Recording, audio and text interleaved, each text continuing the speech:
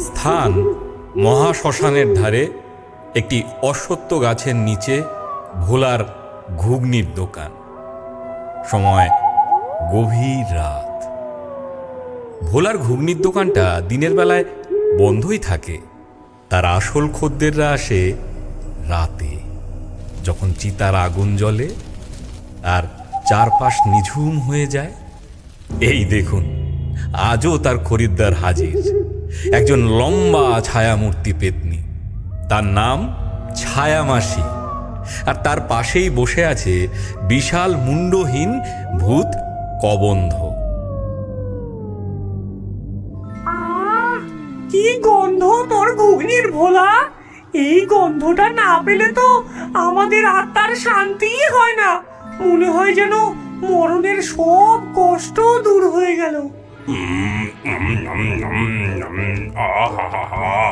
ঘ্রাণম, পরম ঘ্রাণম। ভোলা, তোর ঘুগনির কি ঘ্রাণ! আমার নাসিকা না থাকলেও সর্বাঙ্গে আমি এই ঘুগনির ঘ্রাণ অনুভব করছি।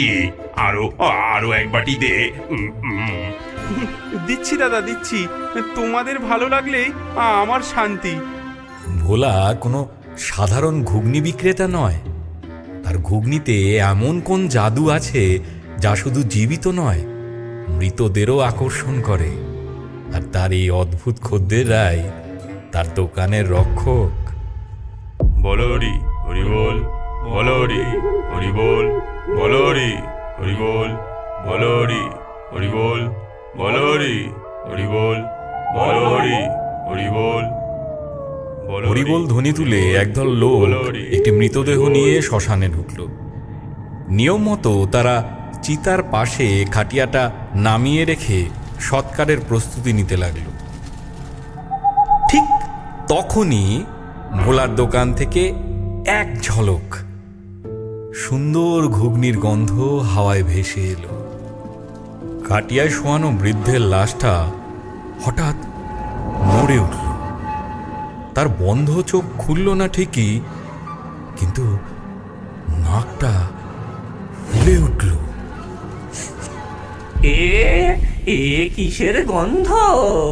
বহু যুগ এমন সুগন্ধ পাইনি। খিদে, বড্ড খিদে পেয়েছে। পরের মুহূর্তে এক ভয়ঙ্কর অথচ অদ্ভুত একটা ঘটনা ঘটল। বৃদ্ধের লাশ ধড়মড়িয়ে উঠে বসলো এবং টলতে টলতে ভোলার দোকানের দিকে হাঁটতে শুরু করলো। দাদু, দাদু তো উঠে পড়েছে! ভূত, ভূত, পালাও!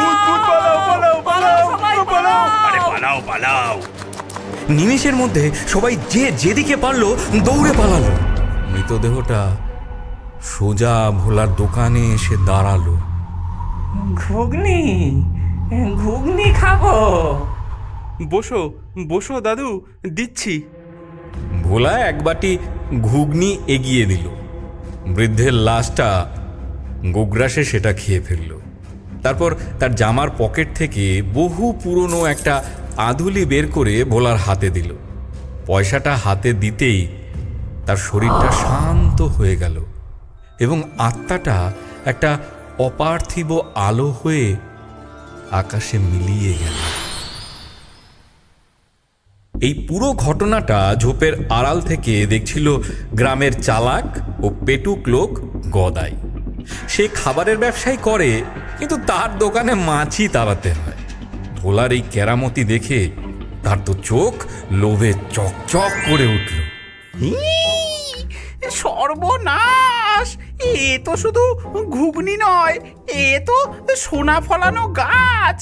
মরা মানুষ যদি ঘুগনি খেতে আসে তাহলে তো টাকার পাহাড় হয়ে যাবে।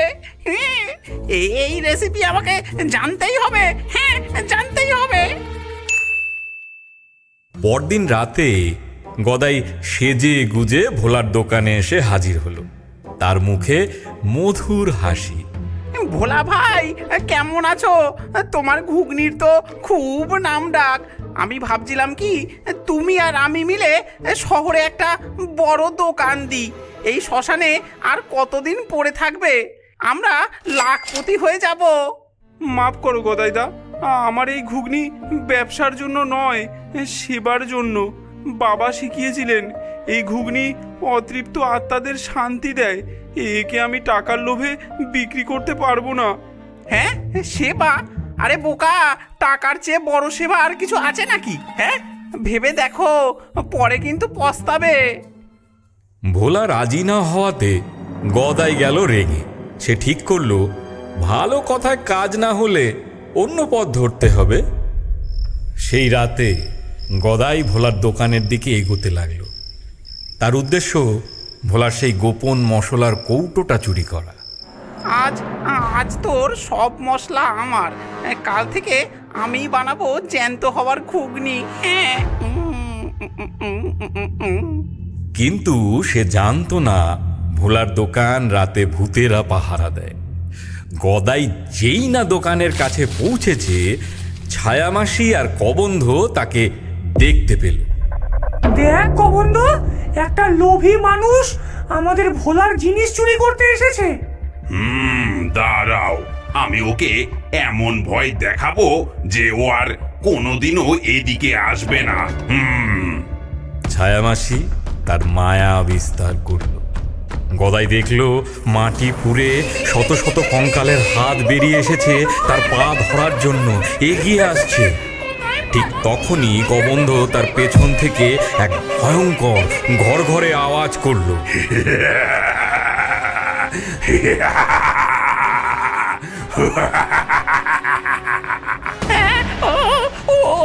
ওরে বাবা রে, ওরে বাবা রে, ও মা গো, ও বাবা গো, ভূত ভূত আমায় খেয়ে ফেললো গো।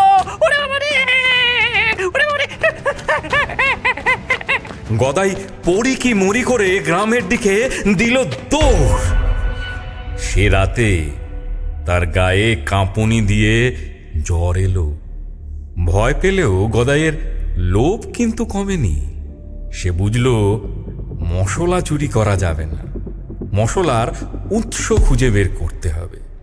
সে পরদিন ভোরবেলা থেকে ভোলার ওপর নজর রাখতে শুরু করল। সে দেখল ভোলা দিনের আলো ফোটার আগে শ্মশানের সবচেয়ে পুরনো অংশের দিকে যাচ্ছে, যেখানে যেখানে ভয়ে কেউ যায় না। গদাই কোথায় লুকিয়ে লুকিয়ে তার পিছু নিল। সে দেখল ভোলা একটা প্রাচীন সমাধির গা ঘেঁষে গজানো এক ধরনের লতা পাতা তুলছে। পাতাগুলো থেকে মৃদু নীলাভ আভা বেরোচ্ছে। এই তাহলে সেই জাদুলতা। যাক, এবার আমাকে আর পায় কে? আমিও এই লতা তুলে নিয়ে যাব। ভোলা চলে যেতেই গদাই এক ছুটে গিয়ে এক গাদা সেই লতা পাতা ছিঁড়ে নিজের ঝোলায় ভরল। সে যার নাম দিল শান্তিলতা। সেই রাতে এক অদ্ভুত দৃশ্য দেখা গেল। ভোলার দোকানের পাশেই গদাই একটা নতুন চকচকে দোকান খুলে বসেছে। তার ডেচকি থেকেও ঘুগনির গন্ধ বেরোচ্ছে। চলে আসুন, চলে আসুন, আসুন আসুন আসুন, আসল জাদুকরি ঘুগনি এখানে। এক বাটি খেলে আত্মার শান্তি, আর ওই ভোলার চেয়েও অর্ধেক দামে। আসুন আসুন। ভোলার দোকানের ভূতেরা অবাক হয়ে গেল। এ কি রে, এ তো আমাদের শান্তিলতার গন্ধ। এই লোকটা এটা পেলো কোথায়? বলো হরি হরি বল, বলো হরি হরি বল, বলো হরি হরি বল। একটি নতুন শবযাত্রা এলো। খাটিয়া নামাতেই লাশটা জেগে উঠল। কিন্তু এবার সে বিভ্রান্ত। দুটো দোকান থেকেই প্রায় একই রকম গন্ধ আসছে। গদাইয়ের দোকানটা নতুন ও বেশি চাকচিক্য হওয়ায় লাশটা সেদিকেই এগিয়ে গেল। দেখেছিস ভোলা, তোর দিন শেষ। সব মোরা এবার আমার কাছেই খেতে আসবে। হ্যাঁ, আসুন আসুন আসুন। লাশটা গদাইয়ের ঘুগনি খেতেই এক ভয়ঙ্কর কাণ্ড ঘটল। তার আত্মা শান্তি তো পেলই না, উল্টে সে এক ক্রুদ্ধ শক্তিশালী ভূতে পরিণত হলো। কারণ গদাই জানতো না শান্তিলতার সাথে আর কি মেশাতে হয়।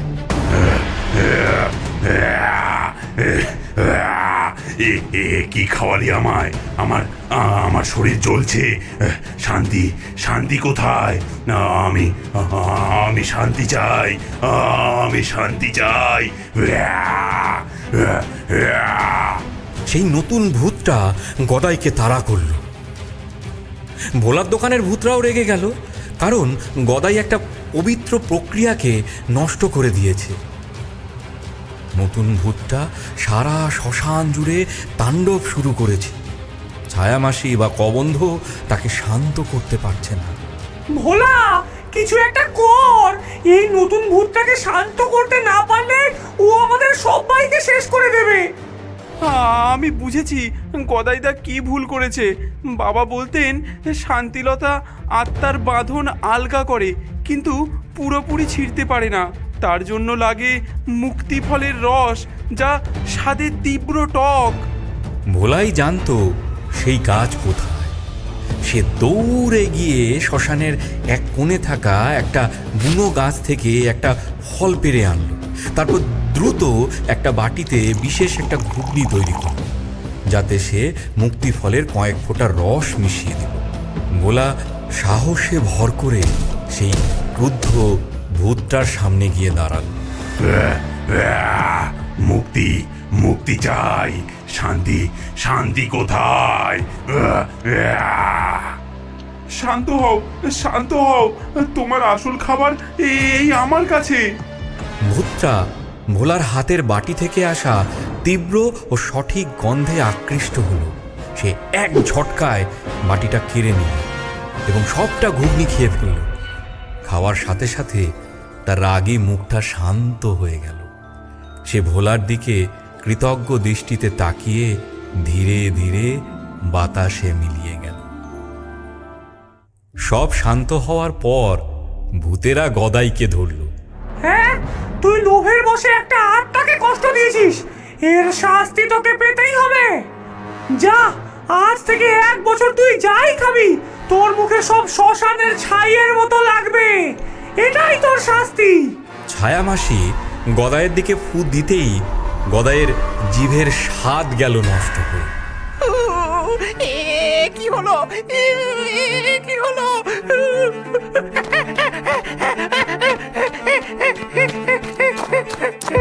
গদাই কাঁদতে কাঁদতে সেখান থেকে পালালো। ভোলা আগের মতোই তার দোকান চালাতে লাগলো।